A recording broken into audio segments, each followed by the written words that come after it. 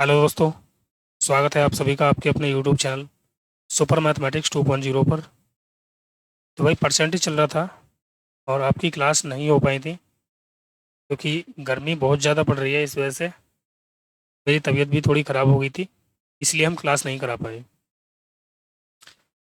तो हमने क्वेश्चन 137 तक मेरे ख्याल से कर लिए थे। अब हम 138 से स्टार्ट करेंगे और देखेंगे भाई किस तरह के क्वेश्चन है ये। देखिए, एक कक्षा में 60% बच्चों को गणित पसंद है, 45% को विज्ञान और 25% को गणित और विज्ञान दोनों पसंद है। ऐसे कितने प्रतिशत बच्चे हैं जिन्हें कम से कम एक विषय पसंद है? तो ऐसा सवाल जब भी आता है तो आप क्या करोगे, एक डायग्राम बना लोगे इस तरीके से, कॉमन वाला। क्योंकि इसने बोला है, मान लो ये मैथ है और ये साइंस है, तो इसने ये बोल दिया कि भाई 25% बच्चे ऐसे हैं जिन्हें दोनों चीज़ पसंद है, यानी मैथ भी और साइंस भी। और मुझे ये बताओ कि 60% मैथ पसंद करते हैं और 45% साइंस पसंद करते हैं। अगर मैं ओनली मैथ मैथ की बात करूं तो केवल ये वाला हिस्सा होगा, ठीक है। ये जो पूरा हिस्सा है ये मैथ और साइंस दोनों को दर्शाता है, लेकिन ये वाला जो हिस्सा बचेगा इधर इधर का, ये वाला जो हिस्सा है ये क्या है भाई, ये है आपका ओनली मैथ मैथ का। तो अगर मैं ओनली मैथ मैथ का देखता हूँ तो भाई 25 घटाना पड़ेगा मुझे, किस में से, 60 में से, ठीक है। ये आपकी 25% है, 25%। तो जब मैं 60 में से 25 माइनस करूँगा तो कितना बचेगा, 35%। यानी ओनली मैथ वाले कितने हैं, 35% हैं।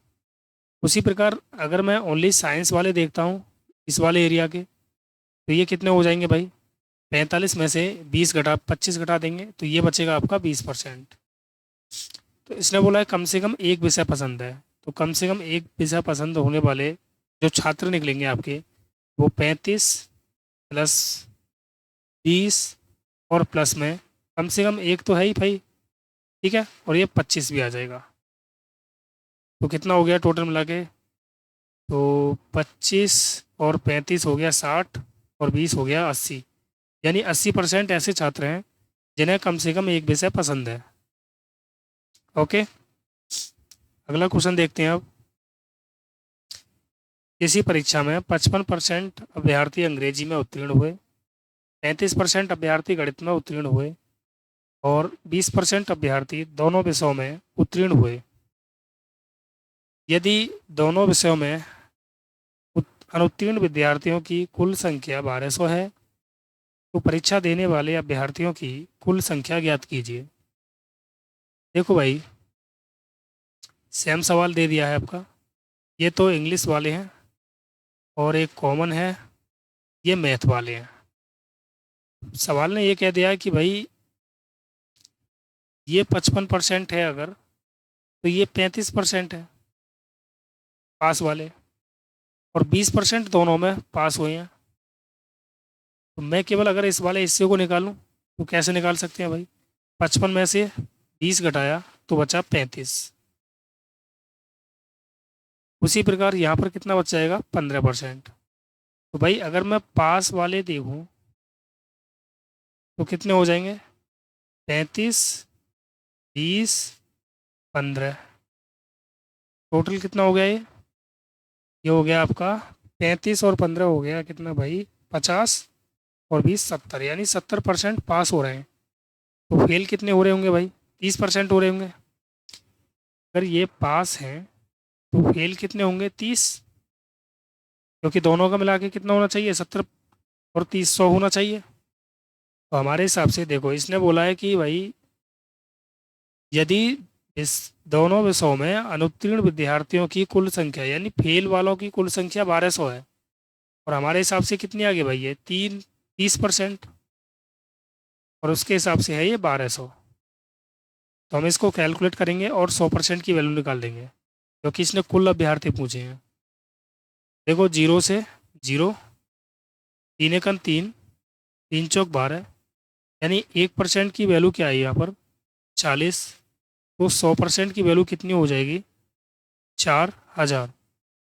ये हमारा करेक्ट आंसर हो जाएगा ऑप्शन डी। क्लियर। नेक्स्ट सवाल देखेंगे भाई। एक होटल में 60% ने शाकाहारी दोपहर का भोजन किया है, जबकि 30% ने मांसाहारी दोपहर का भोजन किया है और 15% ने दोनों प्रकार का दोपहर का भोजन किया है। तो देखो यार, इसी में कुछ शॉर्टकट मेथड होते हैं। क्या मैं इस 70 को डायरेक्ट निकाल सकता हूँ? 70 को डायरेक्ट निकाल सकते हैं जब हम 35 प्लस 55 कर दें तो कितना हो रहा है 90, और इसमें से 20 माइनस कर दें तो ये 70% डायरेक्ट निकल आएगा। यानी इन दोनों को ऐड करने पर और इसको माइनस करने पर तो हमारा डायरेक्ट पास वाला निकल आएगा। उसी प्रकार देखो यहाँ पर भी इन दोनों को ऐड कर दूँ मैं। अच्छा, इसने कम से कम एक विषय वाला पूछा है, तो इन दोनों को ऐड कर दूँ तो कितना हो गया 105, और माइनस कर दूँ 25 तो कितना आया 80%। डायरेक्ट अब आपकी समझ में आ गया, डायग्राम बनाने की कोई ज़रूरत तो नहीं है। अब मैं यहाँ पे भी निकाल रहा हूँ। देखो 15% ने दोनों प्रकार का दोपहर का भोजन किया। यदि 96 लोग उपस्थित थे तो कितने लोगों ने किसी भी प्रकार का दोपहर का भोजन नहीं किया? तो देखो भोजन दोपहर का भोजन करने वाले जो है ना, उन्हें निकाल रहा हूँ मैं। दोपहर का भोजन करने वाले, करने वाले मैंने आपसे कहा था कि 60 और 30 को ऐड कर देंगे और 15 को माइनस कर देंगे, डायरेक्ट निकल आएगा दोपहर का भोजन करने वाले। तो ये 15 75 हो गया, यानी 75% दोपहर का भोजन कर रहे हैं। तो भाई 25% कैसे होंगे जो दोपहर का भोजन नहीं कर रहे होंगे, वो कितने हैं 25% हैं। अब टोटल लोग कितने हैं भाई 96, और 96 का मैं 25% निकाल लूँ तो 25/100, तो 25 सेकंड 25, 25 चौक 100, 4 से काट रहा हूँ उसे, 4 दूनी 8, 4 चौक 16, यानी 24 लोग ऐसे हैं जिन्होंने किसी भी प्रकार का भोजन नहीं किया है। आया क्या आपकी समझ में? ठीक है, अगला सवाल देखेंगे अब। देखिए, गणित और कंप्यूटर विज्ञान के 25 छात्रों की एक कक्षा में 12 छात्रों ने गणित लिया है। बिना डायग्राम के ही हो जाएगा, ये ध्यान रखना।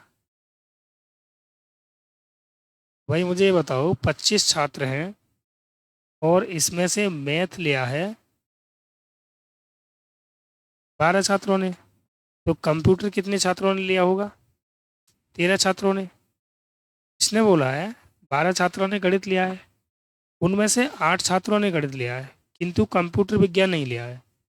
यानी 8 छात्र ऐसे हैं वास्तविक में जिन्होंने मैथ लिया है ओनली। तो 12 में से अगर 8 छात्र ऐसे हैं जिन्होंने मैथ लिया है, तो बच्चे जो 4 छात्र हैं वो कैसे होंगे, उनके पास मैथ भी होगा और कंप्यूटर भी होगा। तो वो कितने हैं भाई 4 हैं।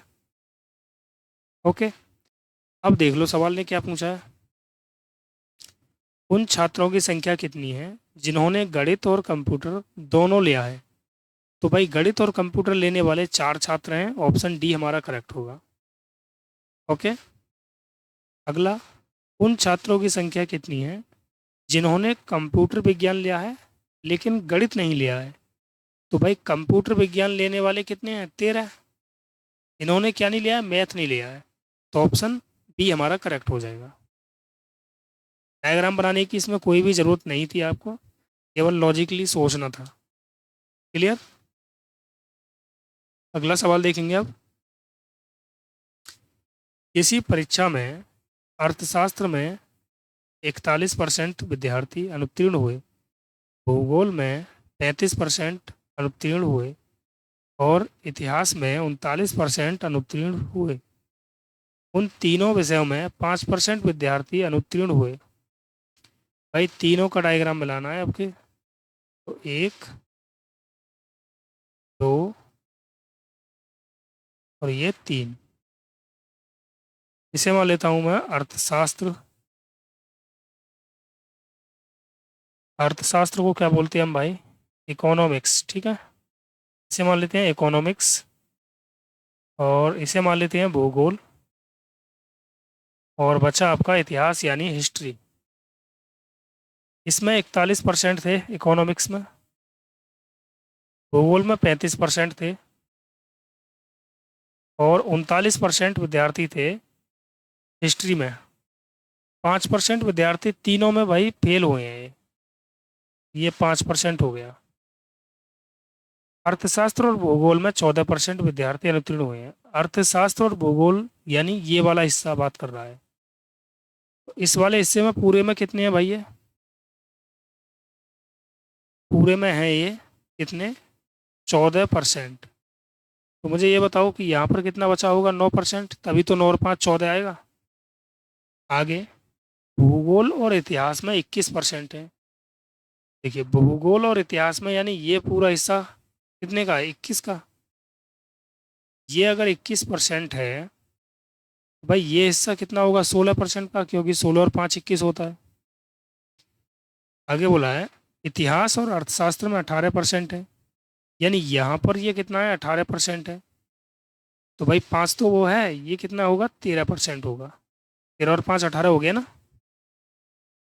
अब देखो, इसने बोला है उन विद्यार्थियों का प्रतिशत ज्ञात करें जो केवल अर्थशास्त्र में अनुत्तीर्ण हुए हैं।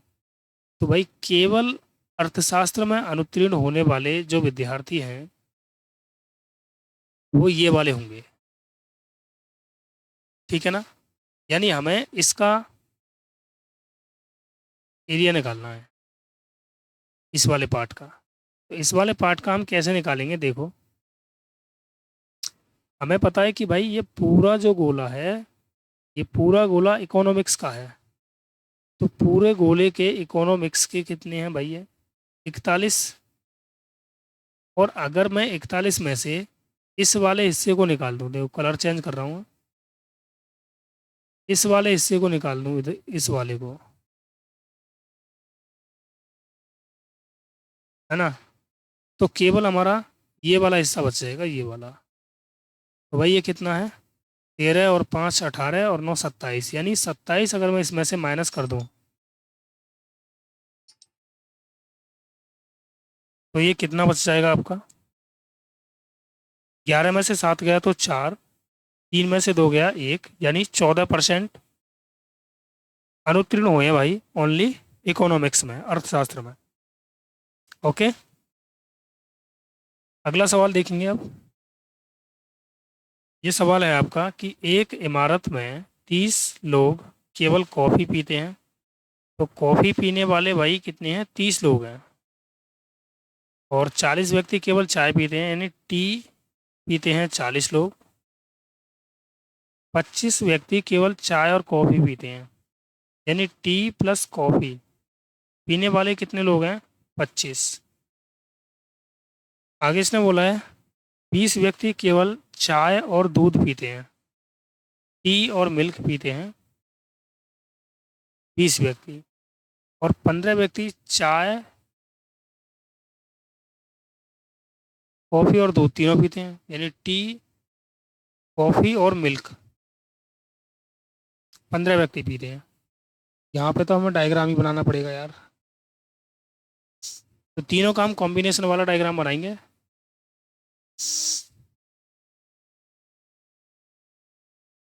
ये वाला, ये मान लेते हैं टी, ये कॉफ़ी और ये मिल्क है। तो अब देखो यार, तीनों पी रहे हैं 15। ओके,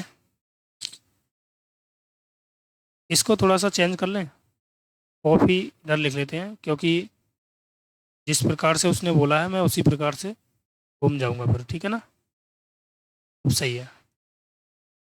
देखो 30 लोग केवल कॉफ़ी पीते हैं, यानी 30 लोग केवल कॉफ़ी पीते हैं।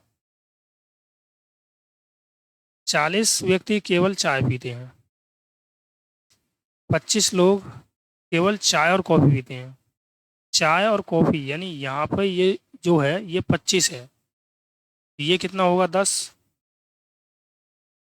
और 20 व्यक्ति केवल चाय और दूध पीते हैं, यानी यहाँ पे ये 20 है, तो ये कितना होगा 5। 15 व्यक्ति तीनों चीज़ पीते हैं, तो इसने पहला सवाल पूछा है चाय पीने वाले और कॉफ़ी पीने वालों की संख्या के बीच क्या अंतर है। तो देखो चाय पीने वाले ये वाले हैं सभी, दिख रहा है ना ये वाला, ये घेरा, ये वाला गोला, सॉरी ये वाला कॉफ़ी का है, और ये वाला क्या है भाई, ये वाला है आपका चाय पीने वाले। तो भाई अगर मैं कॉफ़ी पीने वाले निकालता हूँ तो 30 प्लस 5 प्लस 15 प्लस 10, यानी ये कितना हो गया 20 50 60 हो गया। और अगर मैं चाय पीने वाले निकालता हूँ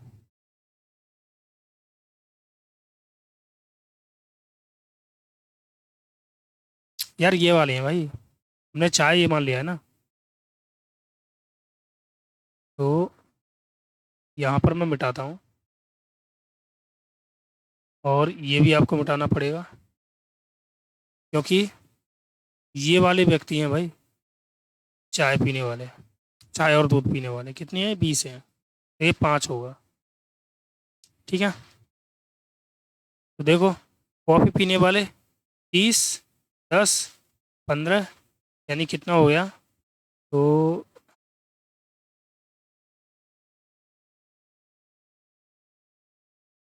सही क्या है क्या हमने, 10 मत लिखो यहाँ पे, पूरा 25 लिखो। अब कितना हो गया ये 30 20 और 20 40 और 30 हो गया 70। केवल चाय पीने वाले कितने हैं 40 25 15 20, ये कितने हो गए भाई 40 और 20 60, 60 और 25 और 15 कितना हो गया 40, यानी 100 हो गया। तो मुझे ये बताओ कि चाय पीने वाले कितने हो गए 100 और कॉफ़ी पीने वाले कितने हो गए 70। इसने बोला है टी और कॉफ़ी का अंतर कितना है, तो 100 माइनस 70 क्या आ गया आपका 30। आया क्या आपकी समझ में, मैंने सभी को ऐड कर लिया है, देखो इस पर ध्यान मत देना आप, ये पूरा कितना है 25 है, इस पर ध्यान देना केवल। ठीक है, और ये 20 है। कॉफ़ी पीने वाले देखो 30 तो ये पूरे हैं, 25 ये वाले हैं भाई, ये भी तो कॉफ़ी पी रहे हैं, चाय और जो कॉफ़ी पी रहे हैं दोनों मिलके, और ये तीनों मिलके भी पी रहे हैं 15, तो ये तीन मैंने ऐड कर लिए। उसी प्रकार यहाँ पे जो चाय पी रहे हैं वो कितने हैं, देखो ये 25 तो ये हैं ही हैं, और ये 15 तो तीनों पी रहे हैं, और ये 20 ये रहे, और 40 ये, तो 100 हो गए। ठीक है, अगला सवाल देखो, इसमें 30 आ गया भाई, ऑप्शन ए इसका करेक्ट होगा।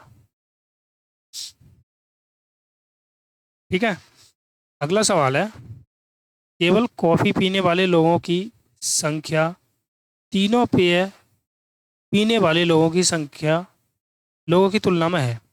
कॉफ़ी पीने वाले कितने हैं भाई, कॉफ़ी पीने वाले हैं 30, और टी कॉफ़ी और मिल्क पीने वाले कितने हैं 15, तो इन तीनों से ये कितना अधिक है 15 अधिक है, तो इसका आंसर हो जाएगा भाई 15 अधिक। कॉफ़ी पीने वालों की संख्या तीनों पेय पदार्थ पीने वालों की संख्या से 15 अधिक है। ठीक है, अगला सवाल देखेंगे अब, एक इलाके के 150 लोगों को रोजाना काम के लिए यात्रा करनी होती है, उनमें से 25 केवल बस से यात्रा करते हैं, देखो बस से यात्रा कर रहे हैं केवल 25, 40 ट्रेन से यात्रा कर रहे हैं, ट्रेन से यात्रा कर रहे हैं 40। ठीक है, 20 टैक्सी और ट्रेन लेते हैं, 30 निजी कार का इस्तेमाल करते हैं, कार का इस्तेमाल कर रहे हैं भाई कितने 30, और 25 बस और टैक्सी लेते हैं। तो मुझे ये बताओ भाई कि टोटल कितने लोग हो गए, हम टैक्सी अगर निकालें तो ये हो गए 5 और 4 और 3 7 और 2 9 95। तो अब देखो यहाँ पे देखो 20 क्या कर रहे हैं, टैक्सी और ट्रेन का इस्तेमाल कर रहे हैं। और ये कर रहे हैं भाई 25 क्या कर रहे हैं, बस और टैक्सी का। तो ये कितना हो गया, 25 और ये 45। तो टोटल कितने हो गए, 5 और 5 10 14 140 हो गया। और टोटल लोग कितने थे, 150। 150 में से 140 ने तो यूज कर लिया, तो 10 जो लोग बचे हैं वो केवल टैक्सी का यूज कर रहे होंगे। आया क्या यहाँ तक समझ में, 10 भाई केवल टैक्सी का यूज कर रहे हैं। अब इसने क्या पूछा है उसे देख लेते हैं। उन लोगों का प्रतिशत क्या है जो केवल परिवहन परिवहन के केवल एक साधन का इस्तेमाल करते हैं। केवल एक साधन का इस्तेमाल करने वाले देखो ये वाले लोग हैं। तो ये हो गया 40 40 80, 105 लोग हो गए ये। 105 लोग हैं, कितने में से, 150 में से। परसेंट के लिए 100, तो 50 दिया 150 और 50 दूनी 100। 3 से काटा मैंने इसको, 3 तिया 9, 3 पंजे 15, तो 35 दूनी आ गया 70। यानी 70% लोग ऐसे हैं जो केवल एक परिवहन का इस्तेमाल करते हैं। अगला, इन सभी में से कितने लोग यात्रा के लिए टैक्सी का प्रयोग करते हैं। तो टैक्सी का इस्तेमाल करने वाले कितने लोग हैं भाई, 10 हैं। अच्छा, टैक्सी का, केवल टैक्सी का नहीं बोला इसने, टैक्सी का बोला है। तो टैक्सी का इस्तेमाल करने वाले जो लोग हैं 10, 20 भी टैक्सी का इस्तेमाल कर रहे हैं और 25 भी। तो कितना हो गया ये, 45, 55 सॉरी, 30 20 50 और 5 55 हो गया। यानी 55 लोग ऐसे हैं जो टैक्सी का इस्तेमाल करते हैं। क्लियर। अगला सवाल देखेंगे अब। एक फर्म में पुरुष कार्यकर्ता का औसत वेतन, देखो यहाँ पर अब आपका एलिगेशन वाला हो गया है स्टार्ट।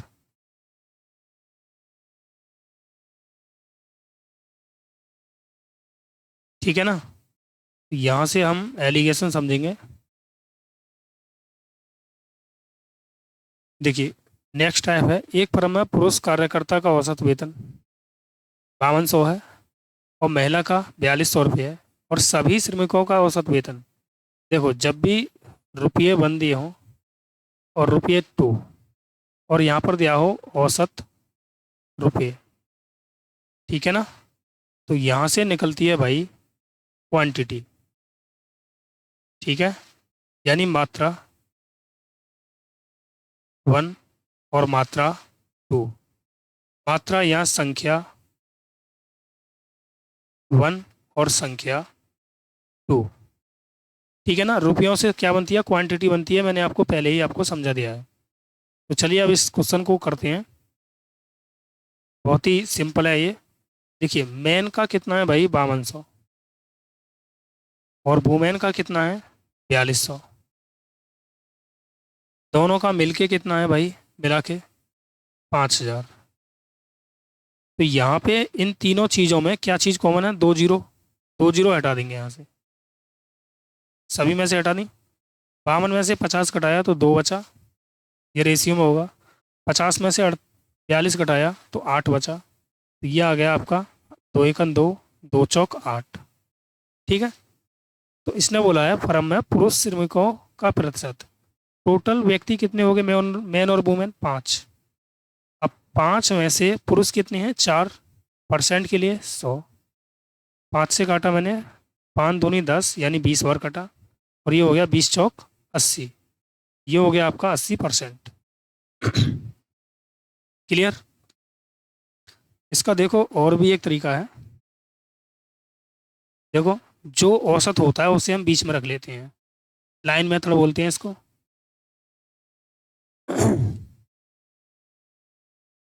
अब यहाँ पे देखो, ये मान लेते हैं मैन है और ये वुमेन है। तो मैन जो है उनका है 5200 और वुमेन 4200। तो ये वाला जो अंतर है, ये वाला जो गैप है, ये कितने का गैप है भाई, यहाँ से यहाँ तक तो आप कहोगे 200 का। और ये वाला गैप कितने का है यहाँ से यहाँ तक का? ये 200 बड़ा है, और ये कितना 800 घटा है। तो 200 एकन 200 और 200 चौक 800, क्रॉस में ले जाएंगे तो 4 1, ये आ जाएगी आपकी संख्या। यानी पुरुष की जो संख्या है वो 4 है और महिलाओं की संख्या कितनी है, 1 है। इसे हम MPG भी बोलते हैं, ध्यान रखना। ठीक है, देखो अगला सवाल। एक गांव की कुल जनसंख्या 4000 है। पुरुषों और महिलाओं की संख्या में 10% और 20% की वृद्धि होने पर, यानी मैन और वुमेन, ये 10% है और ये 20% है। तो इसने बोला है गांव की जनसंख्या कितनी होगी, 4500। 4000 थी, 4000 से 4500 हो गई, यानी 500 बढ़ गई है। तो 500 अगर 4000 पे बढ़ी है तो 100 पे कितनी बड़ी होगी भाई? 4 से काट रहा हूँ इसको 100 बार, और 4 से काटूंगा इसे तो ये कट जाएगा 12.5 बार। यानी 100 पर 12.5 बढ़ी है। तो 100 पर जब भी बढ़ती है ना, जितना भी बढ़ती है घटती है, वो परसेंटेज में होती है, यानी 12.5% ये बढ़ी है। या फिर ऐसे निकाल दो भाई कि 4000 पे 500 बढ़ी है, परसेंट के लिए 100, 1 2 3, 1 2 3, 4 से काटोगे तो ये कितना आ गया, 12.5। ओके, तो भाई इन दोनों से मिलके जो निकला वो प्रोडक्ट कितना है, 12.5। तो 12.5 में से जब मैं घटाऊंगा 10 को तो कितना बचेगा, 2.5। और ये कितना बचा, 7.5। रेशियो में होगा तो 25 सेकंड 25, 25 या 75, यानी 3:1 हो गया। तो टोटल संख्या कितनी होगी, 4।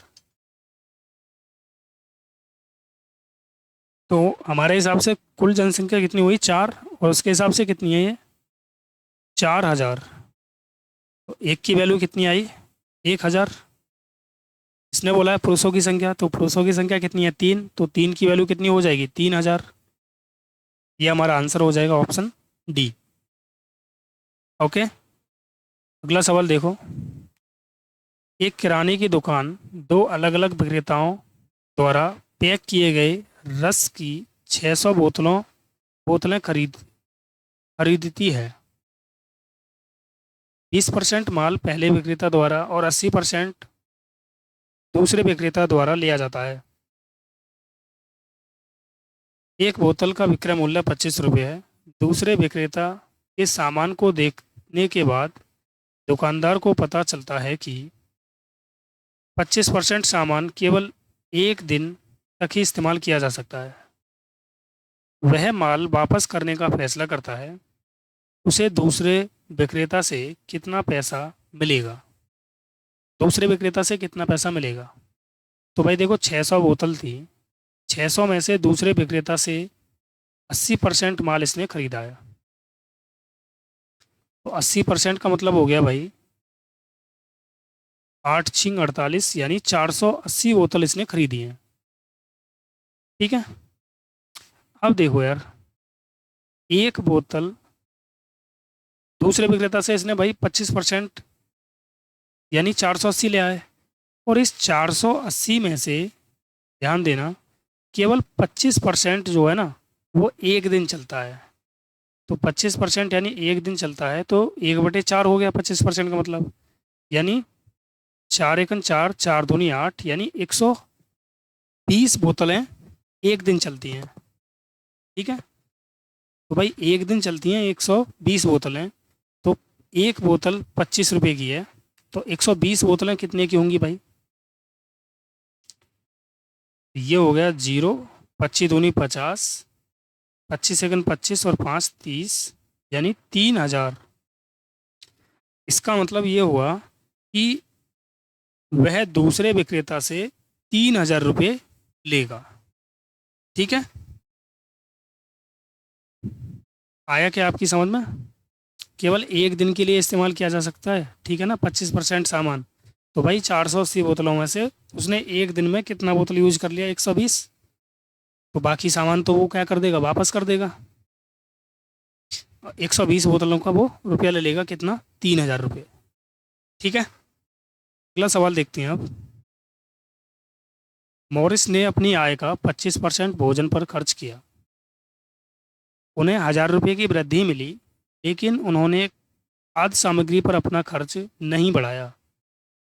अतः उसका भोजन का खर्च 20% कम हो गया। तो प्रारंभिक आय क्या थी? तो ऐसे सवाल को करने का देखो एक ही तरीका ये है कि ऑप्शन से बना दो, ठीक है। अगर मैं ऑप्शन बी या सी में से कोई एक लेता हूँ,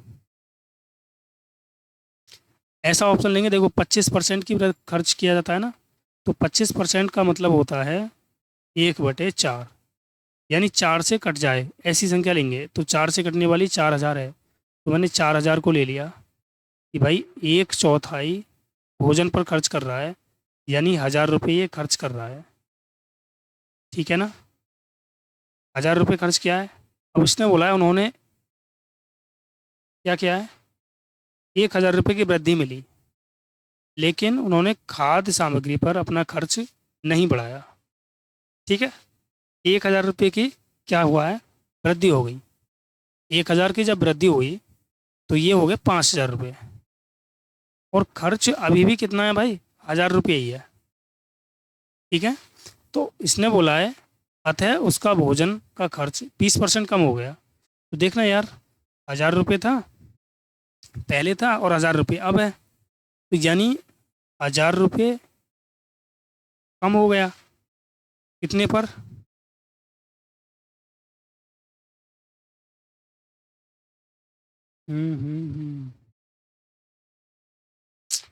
5,000 पर। तो परसेंट के लिए क्या करोगे, 100, 3 जीरो से 3 जीरो, 5 दूनी 10, ये कह रहा है देखो 20% क्या हुआ है ये, इसने बोला है कि भोजन का खर्च केवल 20% कम हो गया है। तो हमारे हिसाब से भी 20% आ रहा है, और उसके हिसाब से भी 20% आ रहा है, ठीक है। इसका मतलब ऑप्शन डी हमारा करेक्ट है। अब इसका दूसरा तरीका मैं आपको बता देता हूँ। दूसरा तरीका आपको वेरिएबल मान के ही करना पड़ेगा। मान लेते हैं कि भाई टोटल आय इनकी इसकी कितनी है, इनकम है इसकी X रुपये। एक्स में से इसने 25% खर्च किया है, तो एक्स का 1/4 इसने खर्च कर दिया, यानी X/4 इसने खर्च कर दिया। अब उन्होंने 1,000 रुपये की वृद्धि की है, तो 1,000 रुपये की जब इसमें वृद्धि करेंगे तो ये हो जाएगा X प्लस 1,000, ठीक है। 1,000 रुपये की वृद्धि की है, अतः उसका खर्च, उसने खाद्य सामग्री पर खर्च नहीं बढ़ाया है, यानी खर्च जितना पहले था उतना ही है, लेकिन उसके भोजन का जो खर्च है वो 20% कम हो गया है, यानी इस पर ये 20% कम हो गया है। और जब मैं इसको 20% कम कर दूंगा, तो ये भाई पहले वाले जो खर्च था ना, कोई भी वृद्धि ना होगी इसमें। कहने का मतलब ये है, अगर मैं इसका 20% निकाल दूं, तो ये जो खर्च होगा ये पहले वाले खर्च के बराबर होगा। पहले कितना करता था, X/4, ठीक है। तो इसको सॉल्व करेंगे तो 20 × 20 और 20 × 5 = 100, क्रॉस मल्टीप्लाई कर लेंगे तो ये हो जाएगा 4x प्लस 4,000 बराबर 5x। तो 4x को उधर ले जाऊंगा तो 5x में से 4x घटाऊंगा तो x बचा, और x बराबर आ गया आपका 4,000, यानी प्रारंभिक जो इसकी आय थी वो 4,000 रुपये थी। ऑप्शन डी हमारा करेक्ट हो जाएगा। ओके, अगला सवाल देखो। एक परीक्षा उत्तीर्ण करने के लिए पूर्णांकों का 50% लाना आवश्यक है। परीक्षा में 2 प्रश्न पत्र शामिल हैं। एक छात्र ने 200 पूर्णांक वाले पहले प्रश्न पत्र में 40% अंक प्राप्त किए। तो पहले में इसने भाई 200 में से अगर 40% प्राप्त किए हैं, तो इसका मतलब हो गया 40 दूनी 80। अब दूसरा जो पूर्णांक है वो 150 का है, और भाई दोनों पूर्णांकों का योग कितना हो गया, 350। 350 का 50% लाना था इसे। 50% मतलब आधा, 2 से काटा मैंने इसको, 2 एकम 2, और 2 सत्ते 14, 2 पंजे 10, ठीक है। यानी पहले और दूसरे पूर्णांक को ऐड किया, तो इन दोनों पूर्णांकों का इसे क्या इसने बोला है पहले ही, कि परीक्षा उत्तीर्ण करने के लिए पूर्णांकों का 50% लाना अनिवार्य है। तो 50% लाना अनिवार्य है। इसका मतलब ये हुआ कि 350 का 50% लाना है। 350 का 50% हो गया 175। 175 में से वो 80 तो पहले ही ले आया है। 80 अगर वो पहले ही ले आया तो भाई इस वाले पूर्णांक में वो कितनी लेके आया होगा? 175 में से 180 घटाएंगे तो 5 और 9, यानी इस वाले 150 में से इसे कितने लाने होंगे भाई? 95 अंक लाने होंगे। तो ये इसने परसेंटेज में पूछा है, यानी 150 में से 95 अंक लाने हैं। तो हम परसेंटेज में बनाएंगे इसको 100 से गुणा करके। 50 दिया 150, 50 दूनी 100, तो 2 पंजे 10 हो गया, 2 नीम 18 और 1 19 बटे 3। सॉल्व करेंगे, 3 छिंग 18, 3 तिया 9, पॉइंट 3 तिया 9, 3 तिया 9, ये आ जाएगा आपका। तो अप्रोक्स में आ जाएगा भाई लगभग में 64%। ठीक है, ऑप्शन बी हमारा करेक्ट हो जाएगा। इसे करने का देखो एक और तरीका मैं आपको बताता हूँ कि भाई ये कितना हो गया, टोटल पूर्णांक कितना हो गया? 350 का हो गया। 350 में से देखो 200 वाले के इसने परसेंटेज दे रखे हैं, तो इसे काटेंगे हम भाई। तो 50 सत्ते 350 और 50 अट्ठे हो गया 200। ना ना ना यार, 50 दूनी 100, 50 चौक हो गया 200, यानी 4/7। तो इस 7 में से कितने लाने हैं? 50। तो 7 पंजे यानी 350% अंक लाने हैं। और 4 में ले आया कितना? 40%। तो 40% मतलब 4 चौक 16, 160%। 7 में तो इसे लानी है 350, 4 में ले आया 160। तो भाई बचे हुए कितने बचे हैं? अब 7 में से अगर 4 के ले आया तो 3 के बचे। कितने बचे हैं 3 के? 350 में से 160 घटा दो तो 0। 15 में से 6 गया तो 9, 190%। 3 से भाग करेंगे इसमें तो 3 छिंग 18 और फिर 3 तिया 9, 3 तिया 9, तो ये अप्रोक्स में आ जाएगा 64%। दूसरा तरीका आपका ये है। ओके, अगला सवाल देखो। एक कक्षा में 82% छात्र उत्तीर्ण हुए हैं। तो देखो यार, पास जो हुए हैं ना वो 82% हुए हैं, और उनमें से 2% छात्रों को पुनः परीक्षा की श्रेणी में रखा गया। यानी 2% तो पास होंगे ही होंगे दोबारा से। तो टोटल पास कितने हुए भाई? 84% हो गए ना भाई। इनकी मान लो बैक आ गई थी, इन्होंने दोबारा परीक्षा दे दी। तो 84% अगर पास हुए हैं तो फेल कितने होंगे? फेल हो जाएंगे, 100 में से 84 घटाऊंगा, ये आया आपका 16%। और इस 16% की वैल्यू उसने दे रखी है कितनी? 592। तो मैंने 8 दूनी 16, 8 छिंग 48 और 8 सत्ते 56 हो जाएगा। 56 और 8 चौक 32, 2 से काट रहा हूँ, 2 एकन 2, 2 से कट जाएगा 37 बार। तो 100% की वैल्यू कितनी आ जाएगी? 3700। ऑप्शन बी हमारा करेक्ट होगा। क्लियर? अगला सवाल देखेंगे। एक कक्षा को संभवतः अधिकतम अंकों में से कुछ अंक मिले थे। ये अंक परसेंटेज के रूप में 75 थे। यदि परीक्षा में एक अंक का एक प्रश्न जोड़ दिया जाए तो उसका प्राप्त अंक प्रतिशत 76 हो जाएगा। तो परीक्षा के प्रारंभिक अधिकतम अंक क्या थे? तो इसको भी भाई या तो वेरिएबल मान लो या फिर एक्स मान लो। तो देखो मैं एक्स मान लेता हूँ। मान लो कि नंबर जो थे वो एक्स थे, टोटल नंबर। ठीक है, और इसने बोला है कि 75% मिले हैं इसमें से। अगर इसमें से 75% मिले हैं इसको तो 3/4 एक्स मिले होंगे। 75% की फ्रैक्शन वैल्यू 3/4 हो गई ना। और इसने बोला है कि एक अंक का एक प्रश्न जोड़ दें, यानी कितने हो गए ये? एक्स प्लस वन, तो प्राप्त अंक प्रतिशत जो होगा वो 76 हो जाएगा। तो 76 का मतलब हो गया 19/25। ठीक है। अब मुझे ये बताओ कि अगर इसमें से मैं इसे घटा दूं 3x/4 को, तो जो एक अंक इसमें जोड़ा है वो ना निकल आएगा। भाई इसमें से मैं अगर इसे घटा दूं तो जो एक अंक जोड़ा है वो निकल आएगा हमारा। क्लियर। सॉल्व कर लेते हैं अब इसको। तो 25 चौक 100 एलसीएम आ गया।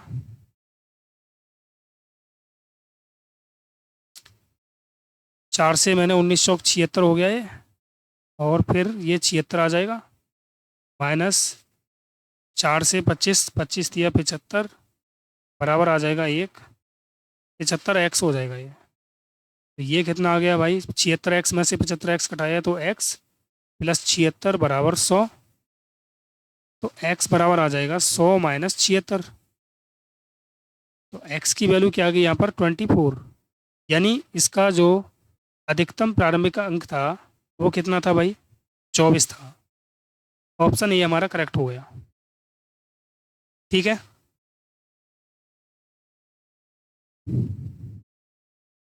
आया क्या आपकी समझ में भाई? देखो अगला सवाल। एक परीक्षण में चंद्रन ने 45 में से 16 अंक प्राप्त किए। उसे पास होने के लिए एक और परीक्षा देनी होगी और 48% अंक प्राप्त करने होंगे। यदि दूसरी परीक्षा के कुल अंक 80 थे, ठीक है, और यदि वह केवल उत्तीर्ण होने में सफल रहा तो उसने कितना अंक प्राप्त किया। तो मुझे ये बताओ भाई कि 45 और 80 कितना हो गया, ये हो गया 125। यानी 125 पूर्णांक हो गया, और 125 में से इसे कुल मिला के 48% लाने हैं। तो 25 पंजे 125, 25 चौक 100, 4 एकन 4, 4 से काटूँ 4 एकन 4, 4 दूनी 8, 12 पंजे 60। यानी कि दोनों परीक्षाओं में से इसे 60% अंक लाने हैं। लेकिन ये 45 में से 16 अंक पहले ही ले आया। तो अगर 16 ले आया तो दूसरी जो परीक्षा है उसमें इसने कितने अंक प्राप्त किए होंगे भाई, 60 में से 16 घटा दें तो ये बचा 44। यानी जो 80 अंकों की परीक्षा थी उसमें इसे कितने अंक प्राप्त हुए, 44। ऑप्शन बी हमारा करेक्ट होगा। ओके। तो चलिए भाई मिलते हैं अगली क्लास में। इस क्लास में इतने ही क्वेश्चन ये, इसकी एक क्लास और होगी, उसके बाद हम प्रॉफिट एंड लॉस स्टार्ट कर देंगे।